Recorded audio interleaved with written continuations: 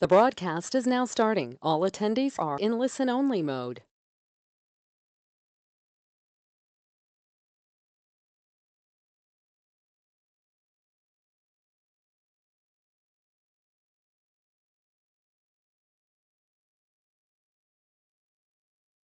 Oh, Start over again. Hi. Hi, everybody. My bad. This is Megan.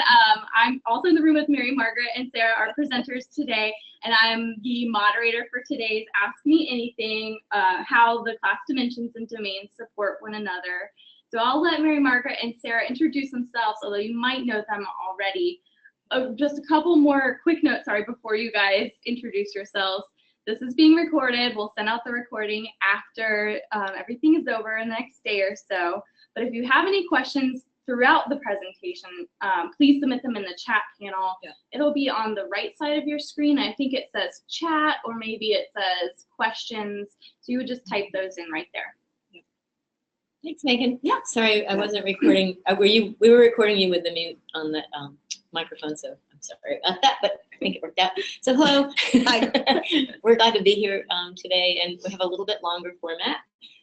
I'm Mary Margaret Gardner, and I work with Teachstone. Been here about 7 years, and this is my colleague Sarah. I'm also at Teachstone and have been working with class for the last 13 years. So, and we have done a series of vlogs over the last few years, and so we decided maybe we want to take it a little deeper this time. So we do have a PowerPoint. Typically we don't run a PowerPoint when we're just chatting, but we do want to kind of focus our thinking a little bit. And we got a few questions. Thank you for sending those in earlier, and we will address those towards the end. We do have one question about taking good notes during observations, and we think that might be a really good separate discussion. But if you would like to communicate with me through email, I'm happy to kind of talk through that with you as well. As would I. Yeah, just take a lot of notes. All right, so let's go ahead and get started. Let me move my camera so we can see our slides here. There we go. Okay, so we're going to talk about how all the dimensions support one another. A lot of times with class, when we're learning about class and talking about class, we think, well, we're going to just do emotional support over here, or I'm just going to have behavior management over there, or it's time for concept development. And what Sarah and I talk about a lot is how things really all depend on one another, and there's really no way to separate those. They all feed into each other. When we're coding those or coaching around those interactions, of course we can focus, but when you're really looking at the effectiveness of interactions across the classroom, they all interweave. Yeah. So let me go ahead and run our slides. All right, and so we're going to talk about how the domains and dimensions work together. So Mary Margaret just gave us that nice visual with her hands. So we'll talk about that. We're going to talk about why it's so important to create a supportive environment early on in the school year, and there are lots of reasons we've chosen to do that, which I think will become clear as we go through this. And then we're also going to talk about some research that talks about how meeting children's emotional needs increases academic learning, which is really critical because there's so much focus on the academic learning and the instructional support that sometimes the other domains may get a short shrift. So we want you to understand how they work together. So interactions matter, right? So we want to talk about what interactions really are. And those are those moment-to-moment exchanges that happen all day long, every day. And we know that relationships are built by shared experience between two people. So when you have a relationship with somebody, you don't really know very much about them until you've had sort of that give and take, and you form expectations about how that person may or may not behave in a certain situation. And so what we would like to talk about is how all interactions in the day really matter, right? And they really do have a strong effect on outcomes for children. Absolutely. Did you want to add to that? No, I'm good. Okay. Okay, so now we wanted for just you to brainstorm some reasons why interactions are important. And I see we have a fairly small group, so if you chat something in, we'll definitely be able to read it and respond. So, or just acknowledge your ideas. Yeah, so why why are interactions important? I'll let Megan read all the good, I hope, chatting. Looks like some folks are maybe still chatting in. Okay. Can you give maybe an example or two while people are writing in? Sure. Well, one of them that Mary Margaret first talked about is the interactions that we have with people help us build those relationships. And we know that kids learn within the context of their relationships with both adults and with their peers. That's so funny that you say that, because Sarah just wrote in, because it helps in building relationships. Yay, Sarah! Great minds and with great names. And the like. You know, you think about a child coming into a classroom, no matter what age level they're on, but you know, we often talk about pre-K, and it's November, but school's still pretty new, and you're walking in, and maybe you've never been away from your parents, maybe you've been in childcare your whole life, but you come in with a set of expectations or hopes, you know, that somebody's going to tell you where the bathroom is and where you get snack and what to do when you need help and all of those things. And so those kind of thoughtful planning interactions, that connection with children really make them feel safe enough to participate in what's going on. Do we have any more, Megan? Yeah. No, no more, but your example kind of made me think about, like, I don't know, I imagine it's really scary to be a kid coming into school for the first time, and if you don't have those interactions, it might make you feel a little bit more like defensive or shy, or like just put up those walls. Yeah, think about your first day at a new job. Yeah. Yeah. Right? Like, you don't know, do people go to lunch here? Where do I put my lunch? Where's, you know, what time? Where's the bathroom? What's expected here, like that. And so kids, I mean, they've got less experiences and life skills to really deal with that. Yeah. And so, you know, if you make a mistake and somebody comes down on you, that's not going to make you really feel very safe or willing to take a risk. Yeah. Exactly. Okay, well, we'll go ahead and move on.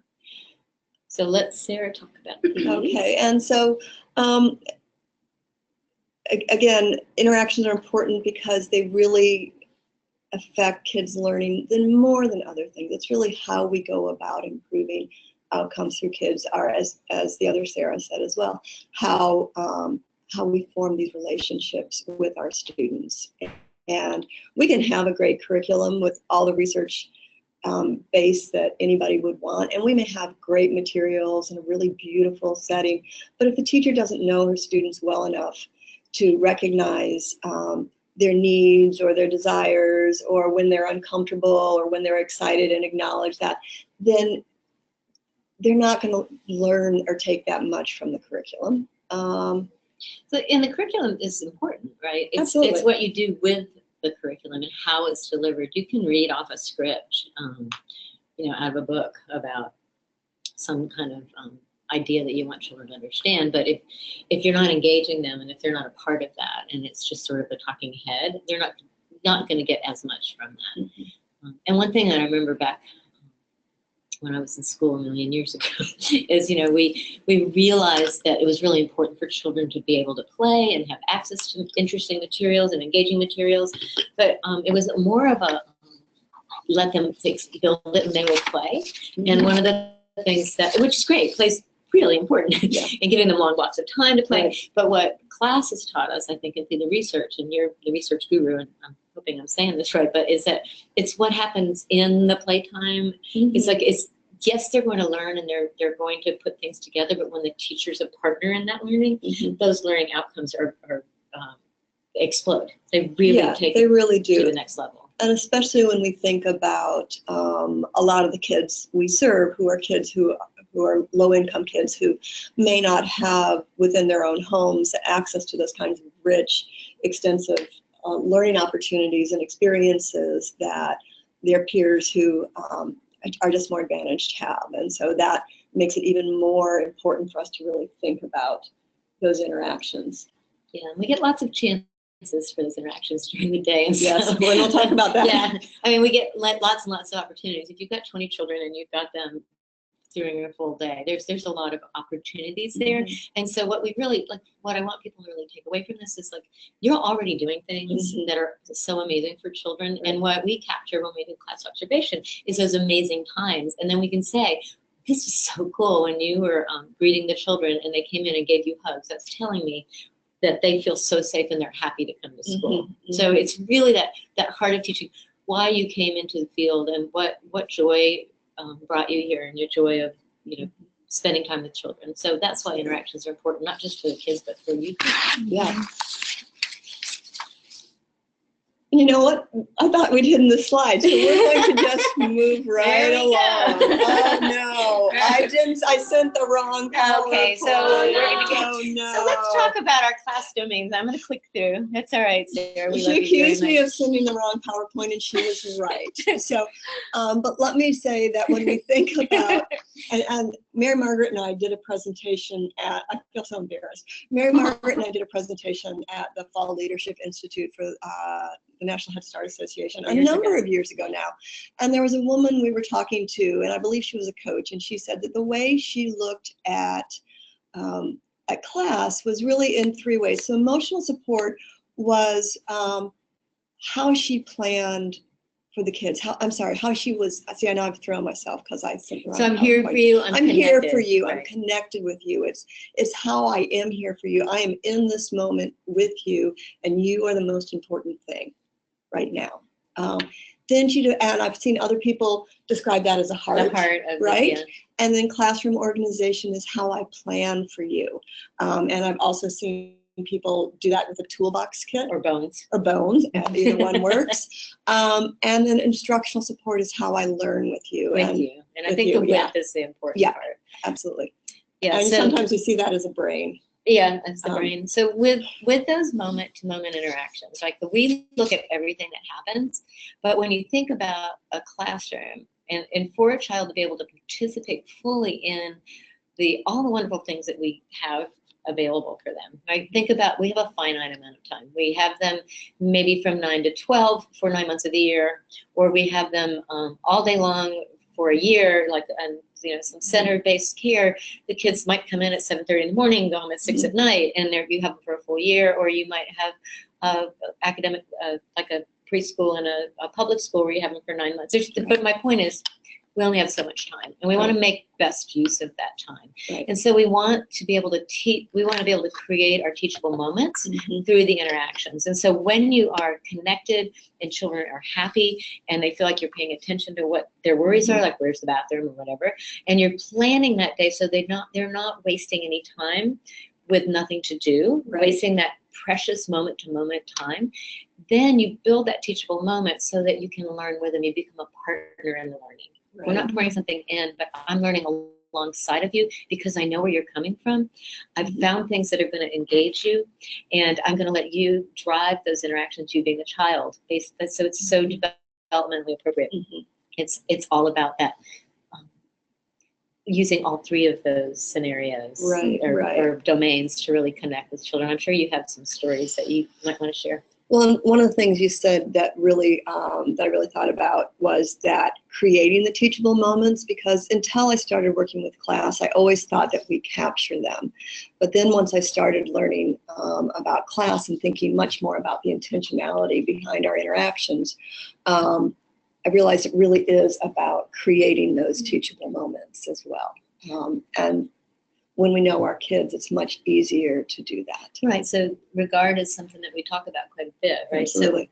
So when you know what children are interested in and what they're excited about, it's much easier to bring in books or discussions or a study, or a concept around something that they're really excited about. And what's going to happen when you're excited about learning about something, you're much more motivated and it becomes real to you instead of something that's abstract, right? So we really need to look to the children to help. We have to trust them to guide what we do during the day. It doesn't mean they get to do whatever they want, but we have to trust them to tell us what they need. So it's kind of like my spouse talking about cars, and I just nod my head and go, I'm not listening to a thing he says because I have no interest. But if he started talking about kids or chocolate or books, or then I might get really excited about it. So kids are just the same way we are. So I have to tell you, it's going to be a little bit of a Russian roulette's not quite the word, but I'm not sure what slide's going to pop up next because I messed this up. Okay, so emotional support. know what emotional support is, we know what classroom organization is, and we know what instructional support is. And just that reminder, we'll talk about how they work together. That's just a separate slide, which again is supposed to be hidden. Do you want to do this now, or you want to move it towards the Let's end? move it towards the end. Okay, so we're going to do that. So let's set the context for effective interactions. And so our first question for you around this specific topic is, when do interactions happen? And I see we have more people in attendance now, which is fabulous. Hi, everybody. And we've got, it looks like a question, Megan? We actually have a couple of questions. Let's go ahead. Okay, let's Go do there. questions, and then We'll keep talking. and we will keep talking. But we also want you to send message into the chat or the question box about when interactions happen. Yeah. So So I questions, think please. this first question actually kind of ties into when do interactions happen. Christine wrote in. Thank you, Christine. She said you're mostly talking about teacher-children interactions, but she said it's very important how teacher-to-teacher interactions can be an example to children and a great way to practice and make yourself aware of your interactions. So do you have any techniques for improving those teacher-to-teacher interactions? Oh, I love I that. have 2 words. I bet they're the same ones you're going to use. They both start with P. Parallel process. So what she means is, I'm joking with Sarah because she sometimes has trouble counting words, but it's true. Parallel process. So using that class-based thinking about interactions. So you want to be here for that other teacher, right? So if that teacher comes in and they had a flat tire on the way to school and they forgot their lunch, or or maybe they're a new teacher and they don't know what to do and they're coming in, being there and connecting and having a social relationship and really showing some interest in where they're coming from, what is your background, what are you interested in, you could take this piece or that piece, and being organized, like having a plan for who's going to do what. Right. But also those and instructional support. So maybe when you're planning or thinking or reflecting upon the day, then you might have those interactions around oh gosh, did you see what happened in the block center today when Drew was building that block center and Susan wanted to come in and join, and typically he has a really hard time with that, but he had been scaffolded by the way we were talking about friendships, that he said, oh yes, let me share. Right. So that reflective piece, I think that parallel process certainly could work. And adult interactions, one thing that we talk about in the infant tool and a little bit in the toddler tool is adult to adult interactions, because when the infant hears negative interactions between the adult, it actually does cause them to have cortisol. So I can imagine that would be also something that you would notice in your classroom. If your teachers like each other, then that you're like, this is okay. But if the teachers are back and forth, that's going to be kind of a scary place, right? Yeah. And I can think back to when I was in the classroom, and I mean, we met every morning before the kids came in, and we talked about what we were going to do. We talked about the plans.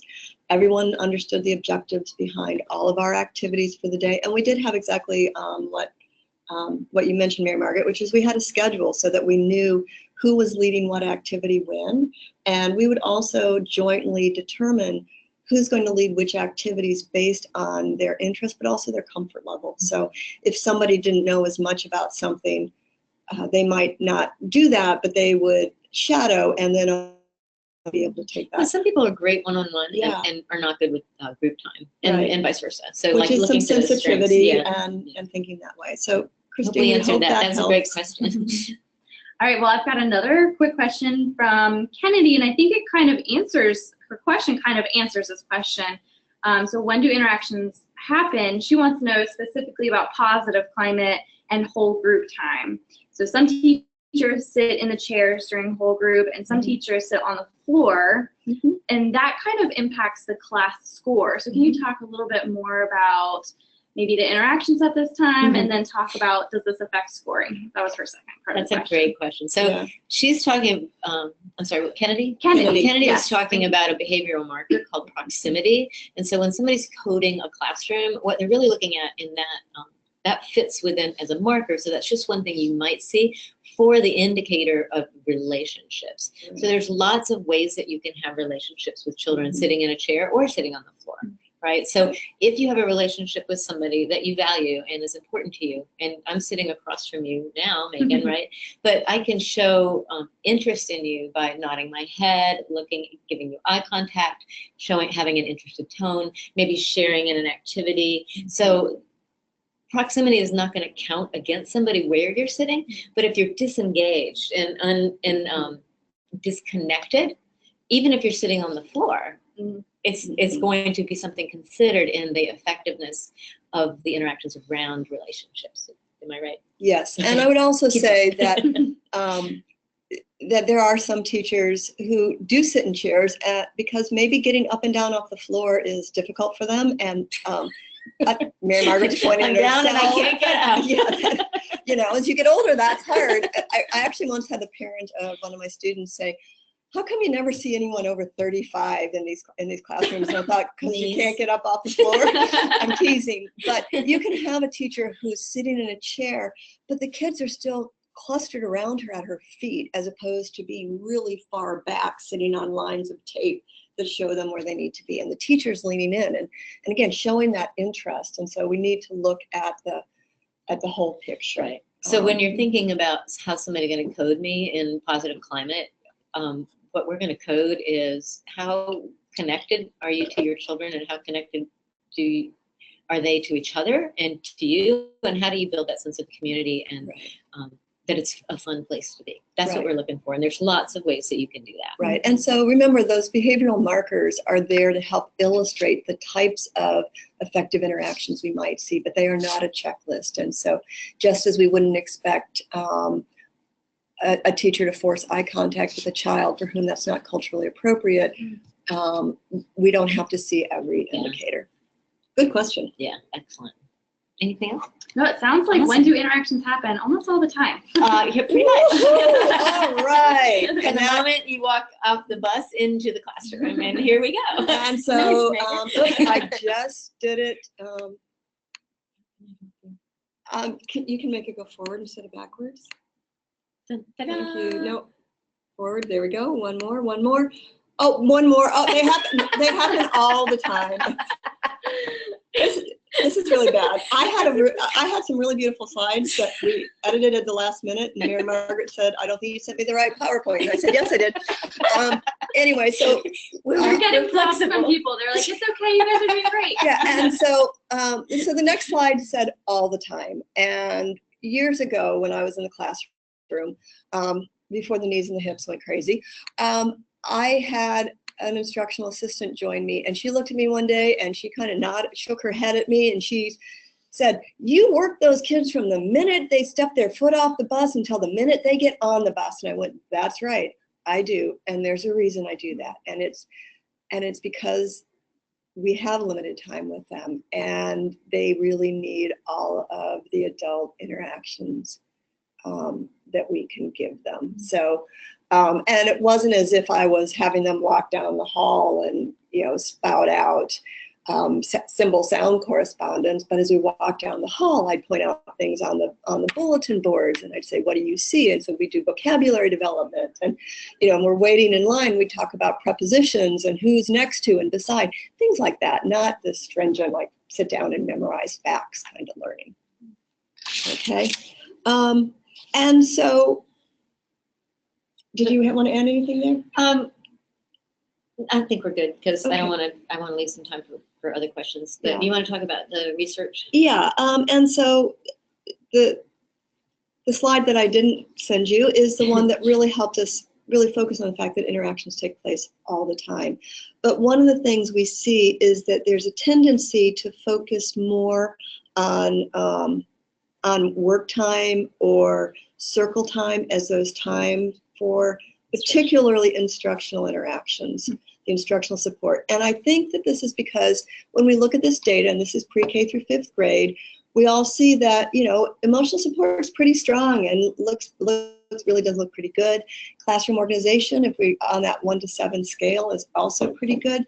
So our classrooms are really pretty emotionally supportive. We do a pretty good job of managing children's time, attention, and behavior in the classroom, but they're much more passive in terms of instructional support, meaning that we're really not providing kids with those rich interactions. And so I think what happens is people say, oh, we have to do instructional support. When do we do instructional support? This is when we do it.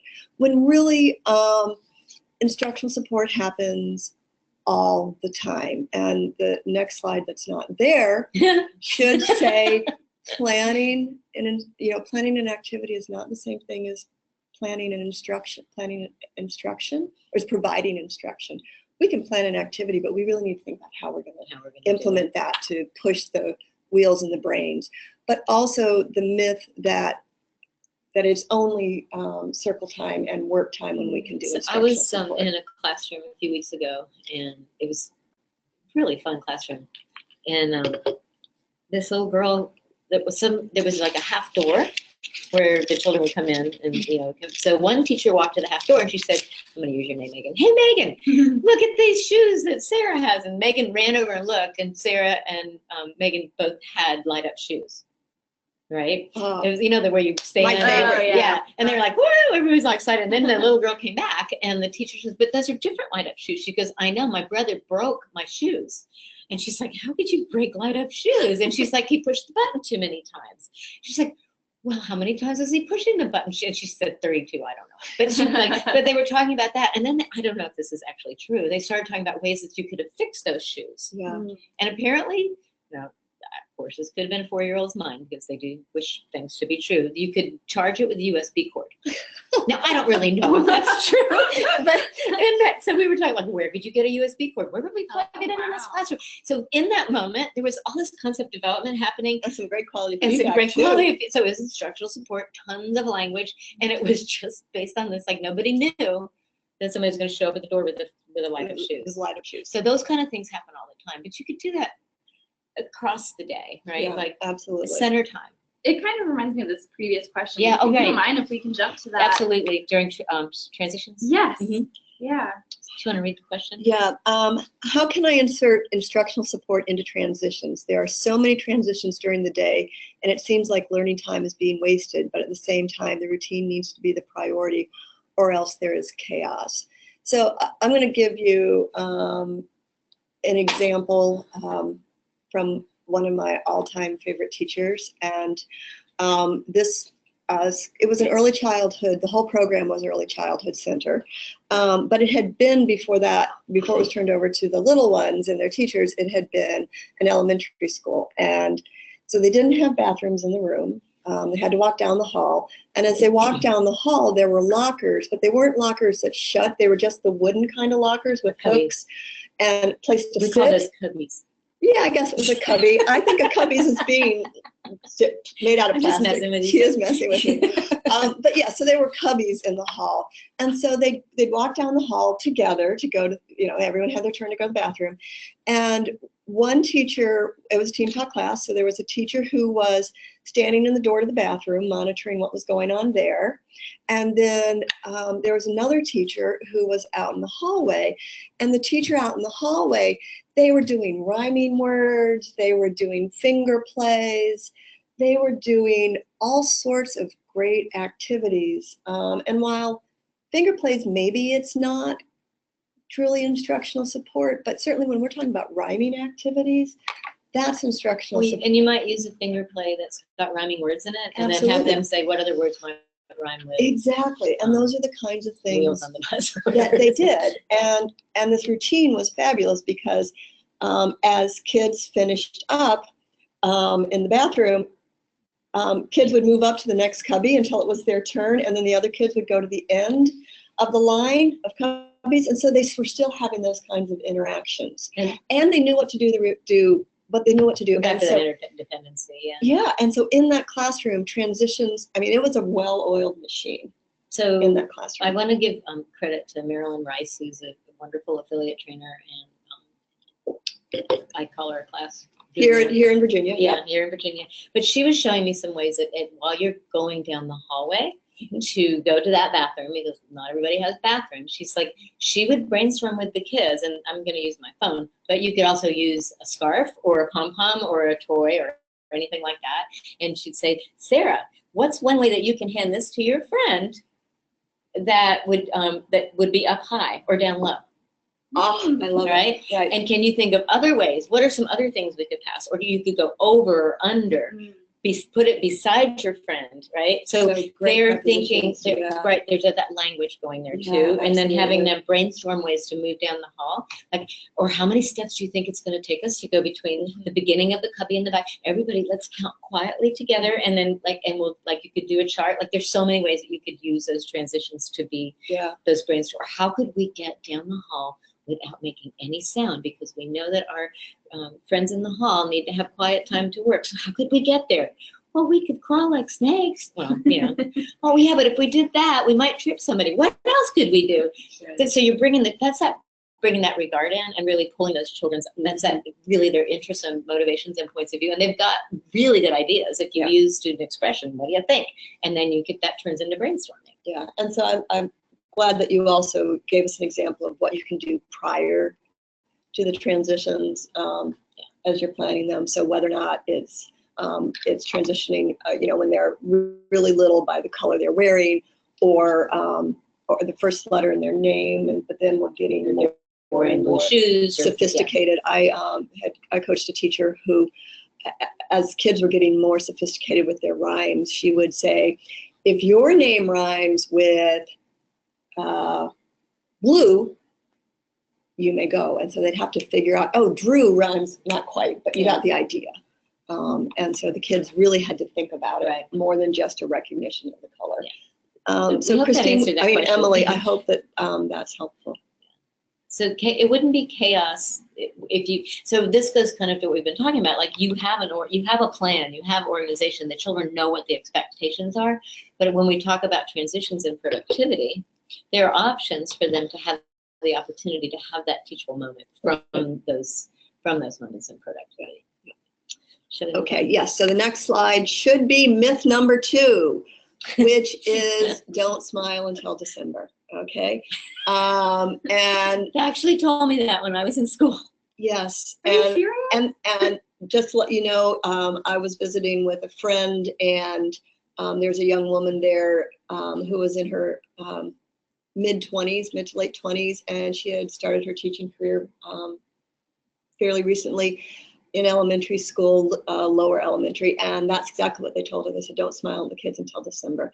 Well, that's just a myth, because we don't need to be tough early on. We need to form those relationships with kids. We need to be consistent and clear and warm and interested and sensitive, and make sure that children know what they should be doing. But when you have that, then you can smile. Yeah, exactly.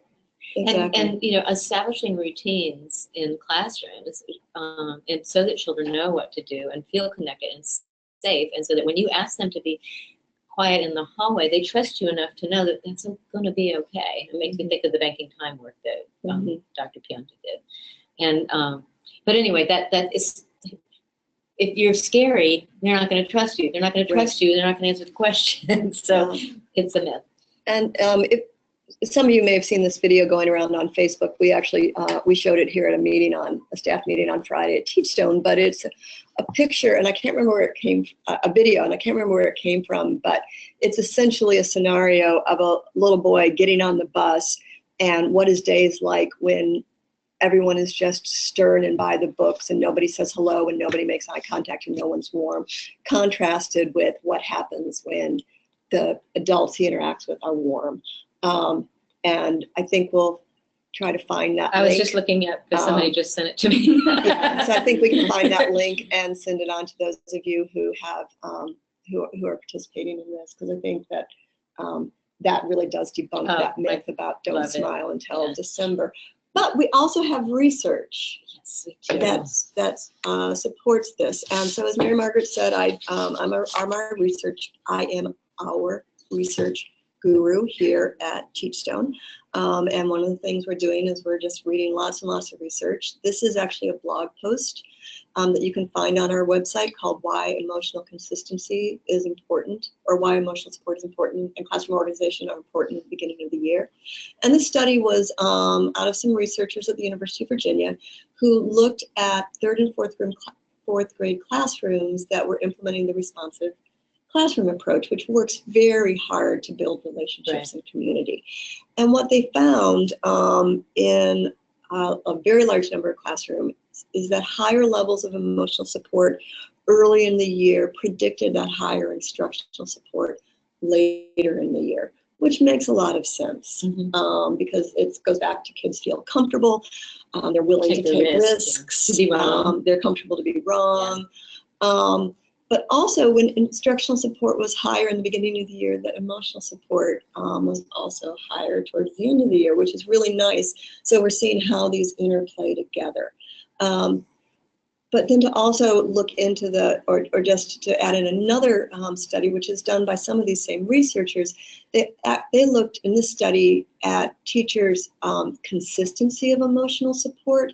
And what they found was that kids whose teachers are consistently emotionally supportive across the school day do better than kids whose teachers are inconsistent in their emotional support across the day, which also makes sense because kids need to know what to expect. Right. And when they don't know what to expect, am I going to get a smile or am I going to get a smile or am I or- going to get yeah. or am I going to get a frowny face because I was wrong, right? Right. And so Frowny faces hurt. and while it does seem that it's to us that it's that of course emotional support matters all the time, we just wanted to bring that home because we've seen more and more of an increase of saying we're not looking at emotional support, we're not looking at a classroom organization, our instructional support scores are low, and that's all we're going to focus on. So with instructional support, shout out to Holly Lane, who is another person I've run into in my travels around the country with really stellar people. She had a really great center where they get very high scores on instructional support. And I said, how'd you get there? And she said, we realized that we need children to think out loud. And so instructional support is really about getting children to think out loud. And so if they don't trust you and they don't think it's okay to talk to you, they're not going to answer your questions. And there's a great TED Talks about that one teacher. And she's like, if they don't like you, they're not going to talk to you. Yeah. Rita Pearson. Yes, Rita Pearson. She's Pearson, awesome. And it's true. Like you can't go in and ask higher level questions that, number one, you don't know what children are interested in, or they don't have a relationship with you, or I'll go in and do an observation and all of a sudden the teacher's asking all these questions and the kids are like, yeah. So you can tell if they're not connected, they're not going to answer these questions. And that's actually the last sentence in the blog post that our colleague Allie Coleman wrote about emotional support, saying, until kids know you care about them, they don't care what you know. They don't care about what you know. Yeah, I like it too. Okay, so we're going to see what it looks like. And I'm going to turn over to Mary Margaret because she understands how we're going to share this video. I'm not so sure about that, but okay, we're going to try. We don't have a link for it right now. Oh, oops. So I'm going to try to figure out a way to put that in.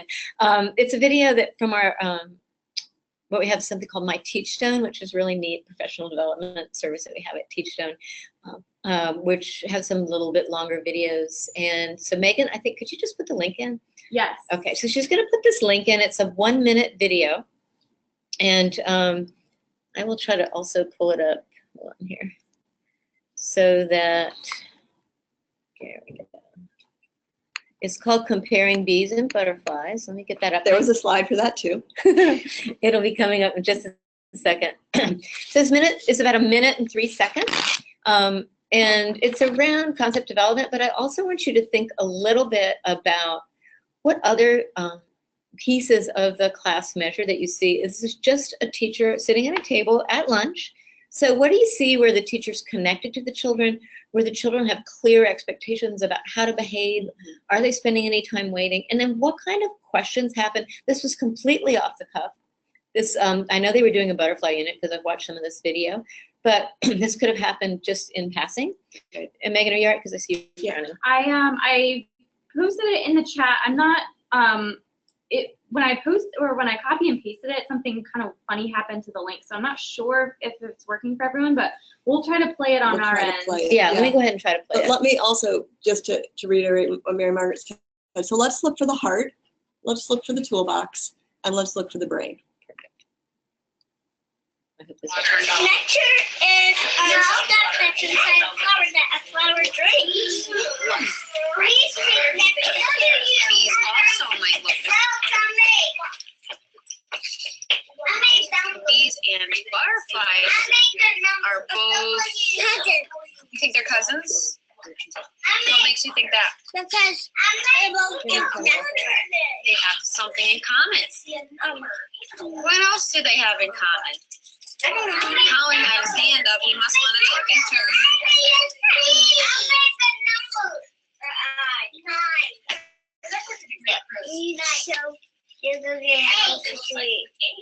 They eat so they can get healthy. That's something they both do. Yes. They both fly. Yeah, they do.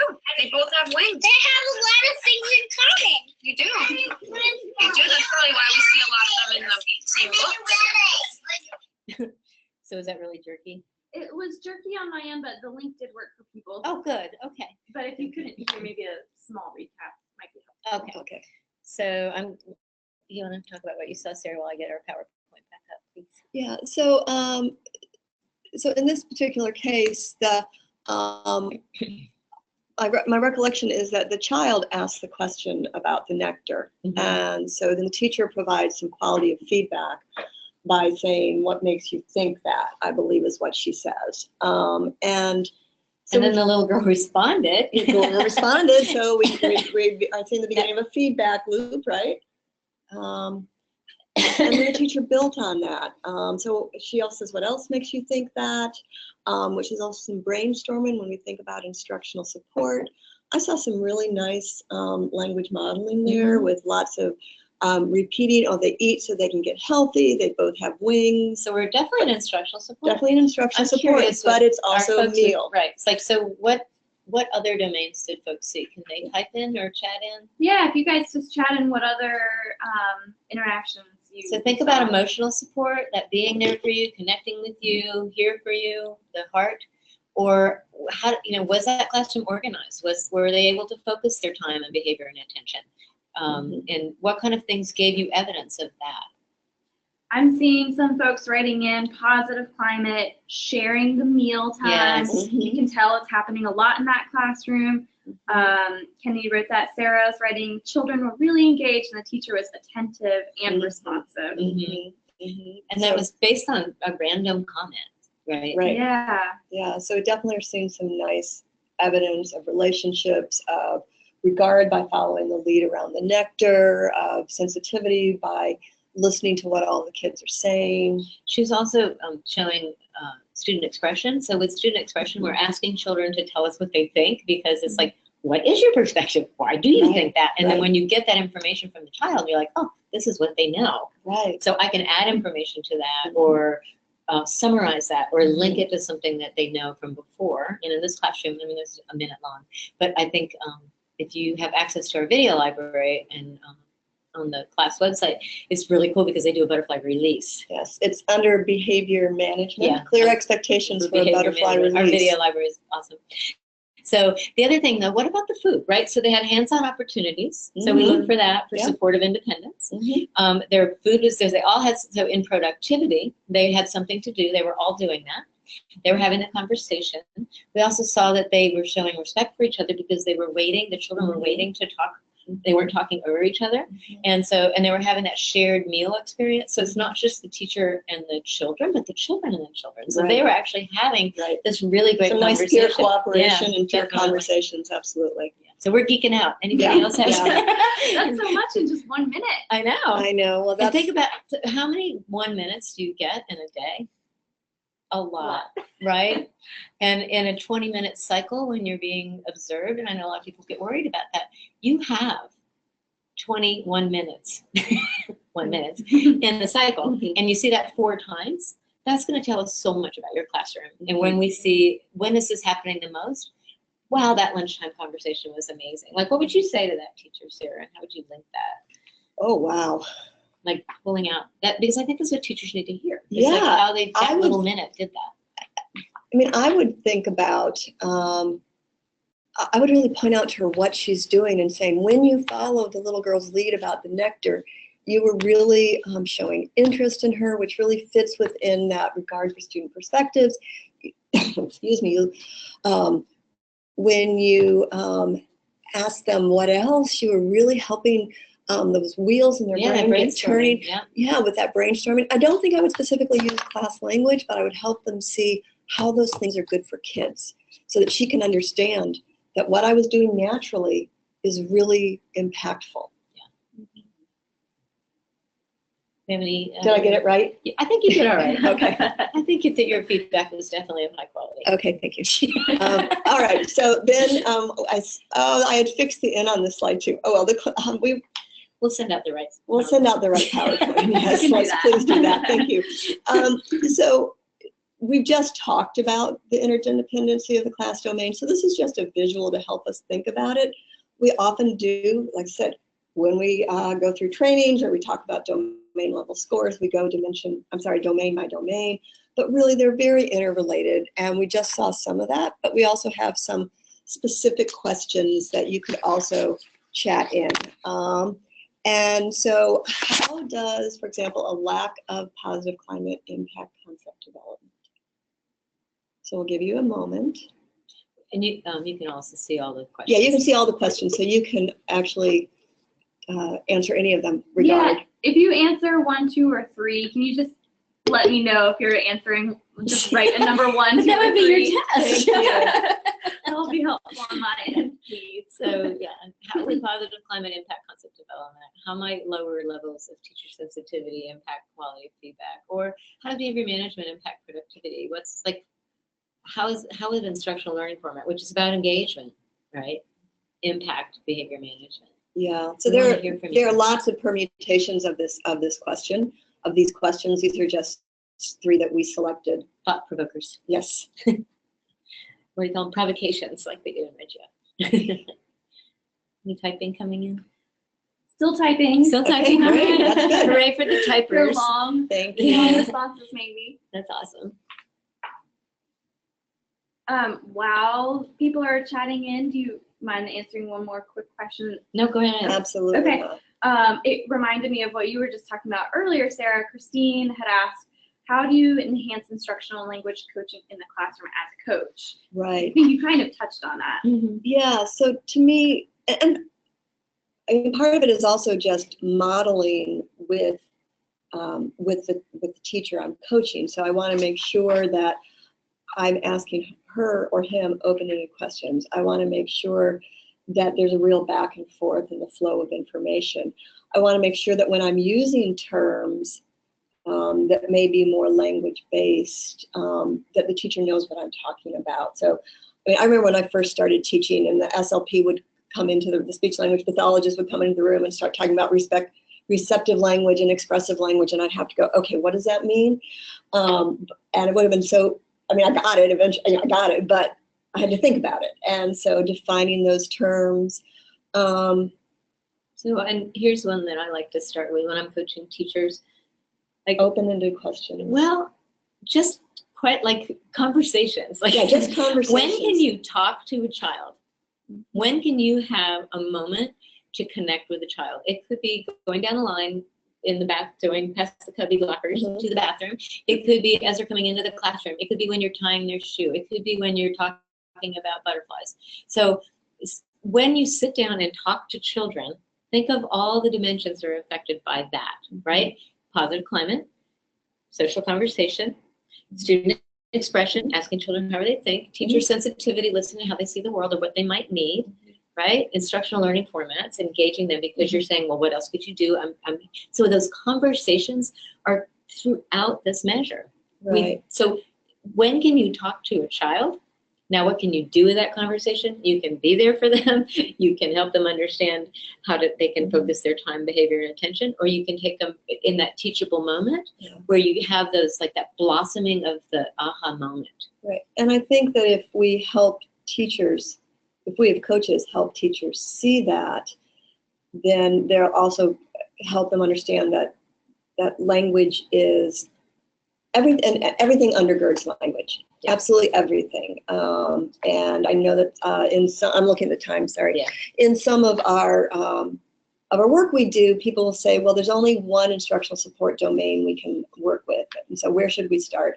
And I almost always pick language because language happens all day, every day. Language language is part of concept development. Language is part of quality feedback. So really helping the teachers see that every time is language time, but then being much more specific to your question, Christine, is going in, taking scripted notes or videotaping them and pointing out to them these great language-based interactions that they're already having, and also thinking about times of day when it comes more naturally to those teachers, and help them think about how they can take those strategies and do them other times. Across the day. Across the day, yep.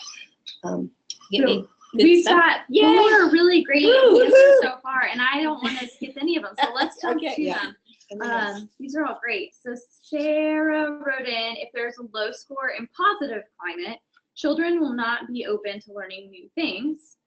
I'm sorry, something just popped up on my computer. They are sometimes distracted by the fact that they are inhibited by a low positive climate. Absolutely, Sure. absolutely. If I don't have a relationship with you, I'm not going to raise my hand to answer a question because I don't feel safe. Right. Also, for the first one, Kennedy writes in Maslow's hierarchy of needs. Yes. Yes, Children are not absolutely. ready to learn in their initial needs of feeling loved, safe. If those are not met, if there's no positive climate, then children can't learn. Couldn't agree more. Yep. Join the choir. Yes. Jumping to the third question you have on here, teacher sensitivity and quality of feedback. Kennedy writes, if there are low levels of teacher sensitivity, teachers are not aware or perhaps responding to children's needs, so therefore quality of feedback would then be low. Yes. Yeah, and one of the things that we look at social, emotional needs, but also academic needs with the pre-K tool. So like when you see that a child is unable to cut a circle with scissors, they're like, I need to individualize my support by providing the depth of feedback that child needs in that moment to be able to complete that task. Right. So it's an important piece of that. And one of the things I really love is chapter 1 in the pre-K manual, if you ever have a chance to take a look at it. And now she's really geeking out. I know, but I love it because it really helped me cement my thinking of teacher sensitivity. It doesn't talk about needs as much as concerns. It talks about how aware is that teacher of a child's concerns. So that could be academic or social, right? Or being able to enter into a group. And so feedback would feed on that because you're reading their cue about what do I need in this moment. Totally geeked out, sorry. Did you have some more? Yeah, I have a couple more. For the second one, Sarah writes in, sometimes in classrooms that she's seen that teachers are focusing so much on behavioral management that they miss the instructional learning that could be happening. Yeah. Yes, it's true. And I think that's where we have to help teachers. I think as coaches, we need to step back and help teachers figure out what's not working in their classroom. Maybe it's that they have 27 rules, and so they're spending all their time being enforcing rules as opposed to teaching. Maybe it's because they haven't planned their lessons very well, or they don't have their activities ready, or they just, Or maybe it's over their head. So many things. They're using ideas for teaching that maybe don't relate to the children, so that children aren't interested. So then when children aren't interested or focused, then they start to have problems with behavior. And I think it goes back to regard a little bit, and positive climate is, well, all of them, but like thinking about trusting the children. Trusting the children to tell you what they need. And so maybe they need clear expectations before, and that if you're running around putting out fires all the time, they don't understand what they're supposed to be doing. Right. So connecting so the kids aren't really very interested in hibernation in Arizona, but you're supposed to talk about hibernation. So you're having all this trouble when you're having that conversation with them. What are children in Arizona or Florida or Virginia are interested in? Take it there, and then you spend less time managing behavior because they're focused. Right. Mm-hmm. Yeah. Did you have one? Yeah, just Awesome. one from Karina. If a teacher is not, this is answering the first one, positive climate and concept development. If a teacher is not interested in building a rapport with children, then they might not be compelled to delve deep into instructional support, and instead the teacher defaults to that rote instruction. Wow, that's awesome. Yeah, that's awesome. Couldn't agree more. You guys are brilliant, by the way. Yes. This is so much fun. Yeah, this is fun. We should do this every week. Yes. Okay, so we've done this. So it's just like my matrix there. Look at. We did Okay, that. we did that. We did that. And now Megan. And we're going to turn this over to Megan, who's going to tell us about a new thing we have going on here, which is the class community. It's very cool. And it is really cool. So Yes. take it away, Megan. Okay, thank you. I just want to take a couple minutes to talk about our new class learning community that Teachstone is starting soon. This will be a place where all the educators, teachers, coaches, administrators, observers, everyone can kind of come together and join this community. There's discussion forums. We'll have additional exclusive events for people who are members, maybe webinars. We'll have discussions about ebooks that we've created, discussions on blog posts. So it's really just a great place to come together. You can connect with your peers. You can send messages. If you find someone in the directory who has experience, you know, maybe nearby you, you can find a teacher who has the same interests as you. It's going to be a really great place, and I'm really excited. We're officially launching it in April, but we are opening it up slowly to some early people who are interested in being an early adapter. So I'm going to send a link in the chat if you're interested in joining this group. We have about 700 to 1,000 people in there right now, and it's continuing to grow. We're really excited about it. So if you are interested in joining this community, I'll send this chat right now. I can't talk and type at the same time. We also have our that. Facebook pages, if you're Facebook people, and that's really a fun way to get in. And every once in a while, I'll put in an article or a picture of a child, and we'll start some discussions around that. And it's a fun place to kind of go back and forth. And folks will put questions in, and somebody on our team will usually respond.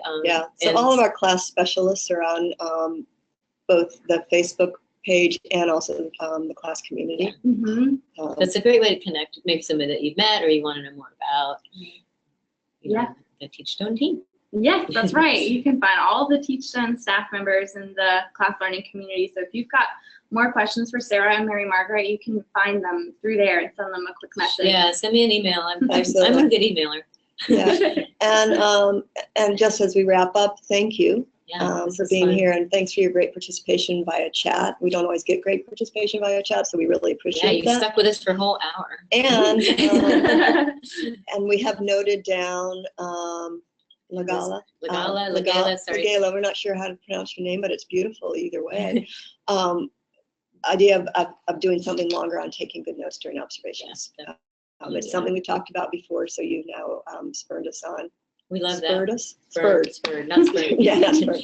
Any other things? Inspired is a much better word. So we do have just a couple more questions. Let's I hear know them. I want to be respectful of everybody's time and jump off that too. But if we've got time for one more. Let's do it. Okay, Christine writes, interaction during outside time can be difficult. Do you take this into consideration when it comes to the class tool? What about interactions outside? It depends on the age level. So at the pre-K level, we would not code during outdoor time if it's just running around on the playground. But if it's a teacher. But if it's a more teacher-directed activity, a nature walk, obstacle course, outdoor classrooms, we would. But it's like straight up recess where you let them run around and just have kid time. We're not going to code that. But with the toddler and infant, we do, because it's so much more around the context of routine care or transitions around things like that. But so if you're outside, you can have, I coded a classroom, they were playing touch football. And they were outside, and so I kept coding because this teacher was doing quality of feedback. She was adjusting. They were coming up with the rules for who could play and where the goal lines are going to be, and then they brainstormed about how they were going to make the goal and how they were going to do the line. So it was like this really engaging conversation outside. Right. But another classroom I could be at, and the kids are just running around, and the teachers are just taking a little time to breathe. Then I'm not going to code that. Right. Thank you. You're for welcome. taking that last question. I saw that just a couple people chatted in. Kennedy was the one who shared the link to the video of the little boy. Oh, thank you, Kennedy. Okay, it's so awesome. And Sarah wrote in, she's like, I love the class community on Facebook. So there's a couple more Great. shout outs. Great. Well, this is so fun. Thanks for bearing with us. Thank you. Yeah. Yeah, next time we'll have the right PowerPoint. Yeah. I will never live this down. We'll send out the correct PowerPoint and a recording to everybody, whether you joined today or if you had a colleague who registered and couldn't make it, we'll be sending those out shortly. Thank you all for Right. coming. And I'm going to stop the recording. Okay, Thank you. thanks. Bye.